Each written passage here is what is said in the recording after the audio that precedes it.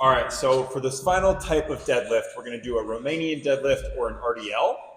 The difference with an RDL versus the other types of deadlifts is we're going to start at the top position and return to the top position for each rep, rather than starting at the bottom position and returning to the bottom position for each rep.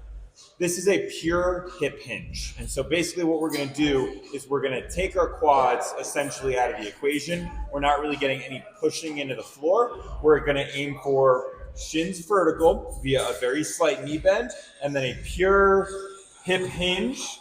The cue that I often like to use is aiming for shins vertical, torso horizontal in the bottom position. It's going to look like this. You're going to walk up to the barbell, get my hands on the barbell, get nice and tight. I'm going to unrack the barbell, walk it back just a little bit, set that slight knee bend, and then from here, I'm aiming for shins vertical, torso horizontal.